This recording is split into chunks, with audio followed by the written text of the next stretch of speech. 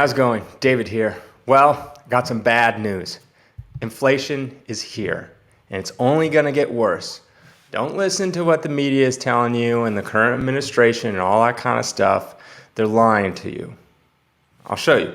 So let's take a trip down memory lane. In June, Janet Yellen, who is the Secretary of Treasury and also once the President of the Federal Reserve, she said we should be going back to 2% by the end of the year. And 2% is normal, healthy inflation for an economy. But just a few months later, now she's telling that we won't go back to 2% a year until the second half of 2022. Because now it's at the end of the year and things are only getting worse. I just don't understand how someone who is the Secretary of Treasury and also once the President of the Federal Reserve can't predict what's going to happen a few months out with inflation and be actually dead wrong. Like first you're saying going back to normal, now it's nope, sorry, it's actually gotten way worse than I thought it could be, and it's not going to be for another year till it goes back to normal. Just in October alone, inflation hit 6.2%. That's the highest it's ever been in the last 30 years. So what does all this mean?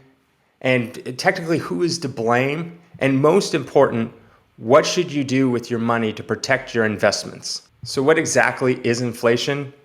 It's generally the increase in prices and the fall in purchasing power. Basically, when you go to the store, the prices of things that you want are just going up, which means the money that you do make, it doesn't go as far as it once did. Inflation is normal. It shouldn't be anything you're scared about. 2% is generally good for the economy. And so normally what you could say is, hey, a loaf of bread today costs $1. And then a year from now, that same loaf of bread should be around $1.02. But right now, that's not the case.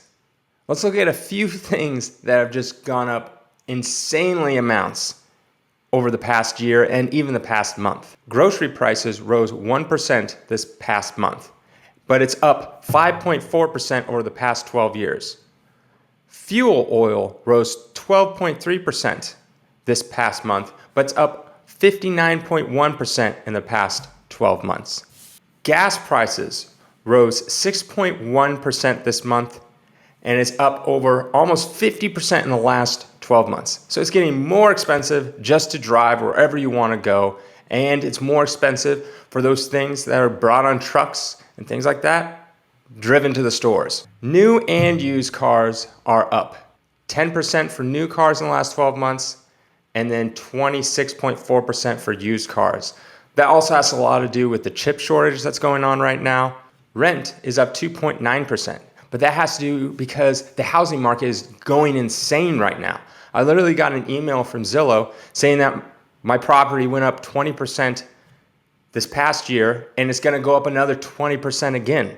Obviously, when someone tries to rent out that property, the rent is gonna be higher because of that. Appliances have been up 7.1% this past year, and eating out is up 4.7%. Now, all these numbers may not seem like that much. It's like 1% here, 2% here, and it's every other month. But when your salary is fixed and it's not raising as fast as inflation, all of a sudden you can't buy as much as you could before. Just simply going to work costs you more to drive to work because gas prices are outrageous now. We could even see $10 a gallon pretty soon. A place in California, it was up to $7.50. Mondelez, who owns Oreo, Ritz, Honey Maid, all those kinds of things, they just said that they'll be raising their prices by 7% beginning of 2022. So if you're buying those products, that means you just have to pay 7% more. It's just a little bit here, a little bit there. And they're not the only ones that are doing. There's just a whole bunch of other companies that are having to raise their prices. Costco said the same thing. Nike said the same thing. Like things are just about to get more and more expensive, but your salary is not really going to go up much more, which just technically makes you poorer. You'll have the same amount of actual dollars in your bank account, but those dollars won't go as far as they used to. So who's to blame for all this? Yes, it's the supply chain. It's because of the pandemic. It's because people don't want to go back to work. It's the current administration. It's just politicians. It's everything. All that stuff is a factor in of why this is happening. And it seems like there's really no good end in sight and no one's trying to fix it that well. But here's the main point of this video. It's happening. You or I can't stop it. But what can we do to protect our money, our investments, so they don't just get hammered to nothing. So here are 5 ways you can invest your money during these high inflation times. So number 1 is real estate. Haven't you noticed that prices of houses have gone insane? Well, they're going to continue to go up even more. So that's why they're on this list, because not only do you have to live somewhere, but these places can also be used to generate income. So if you rent them out, so not only is the house that you're buying massively going up because of high inflation, but then you can also generate income with it. And people have to live somewhere, so they're going to rent out your house off of these inflated house prices, which means their rent will be inflated too, which then will offset inflation for you. But there is one caveat with real estate that I should mention. One way that they could stop this high inflation is the Federal Reserve could raise interest rates. Right now, you can get a house for roughly around 3%, 3.2%. So it's really, really cheap to get a house. But if they decide to raise it up to like 15%, where it was in like the 80s, less people will be buying houses because they can't afford those payments, which will drop the price of your house drastically. Number 2, stocks have a reasonable chance of keeping pace with inflation, but not all stocks are created equal.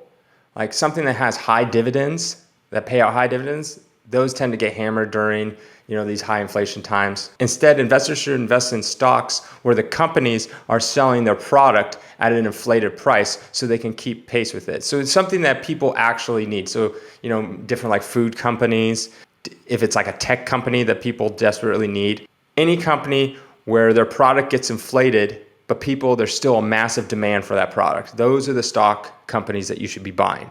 Number 3, collectibles. Yes, collectibles such as sports cards, comics, art, things that cannot easily be duplicated is what you want during high inflation times. During the financial crash of '08, comics didn't really see a dip. They actually just slowly, steadily kind of went up. Here's a graph of Amazing Fantasy 15, the first appearance of Spider-Man. All through the recession, nothing happened to its value. It just steadily went up. While everything around it was just pretty much crashing around it, comics, and other collectibles pretty much stayed steady. You didn't lose their value. So a lot of investors will put their money in things like that. Number 4, commodities, like precious metals, like gold and silver. As physical assets, both gold and silver have intrinsic worth, unlike the dollar and other currencies. Other inflation hedges include like energy commodities like oil and gas. Those are also good bets. And number 5, this is kind of like a new one, but cryptocurrency. There is a finite amount of Bitcoin out there. And once it's all mined, there's no more left. And like I said before, you want to invest in things that cannot be easily duplicated. And as people start losing faith in the dollar, they'll want to put their money somewhere else because you work hard for this money. You don't all of a sudden you put it in a bank and you have it in the US dollar and then the government decides to do something crazy and now you're Venezuela and your dollars are just worthless. And recently Bitcoin has just been going up like crazy. And I think this is the reason why, is because people don't trust whatever government. And it could be America's government, it could be another country's government. They don't trust their government to make sure that their country's currency has value. So they put it in something else that will keep its value, that is not tied to some political agenda or some world catastrophe or anything like that. So overall, I just think you need to make a plan what you want to do with your money and your investments, because inflation is here. It's only going to get worse. Personally, I kind of do all 5 of them on this list, in case all of a sudden they decide to raise the interest rates and then, home prices get kind of screwed over or whatever. I honestly think that's probably what they'll do, is they'll, raise interest rates super, super high that will stop people from borrowing money and basically put us straight into a recession. And I think the recession will probably last 9 months to a year and a half. That's kind of how long they usually last anyways. They're not terribly too long. And then things will kind of level out for a bit and then kind of go back up, and it's the whole circle that continues over and over and over. So we haven't had a recession in quite a while, so kind of due for one. Just overall, just start thinking about your investments and what you should do with them. One of the easiest ones I always say is just make sure you own where you live.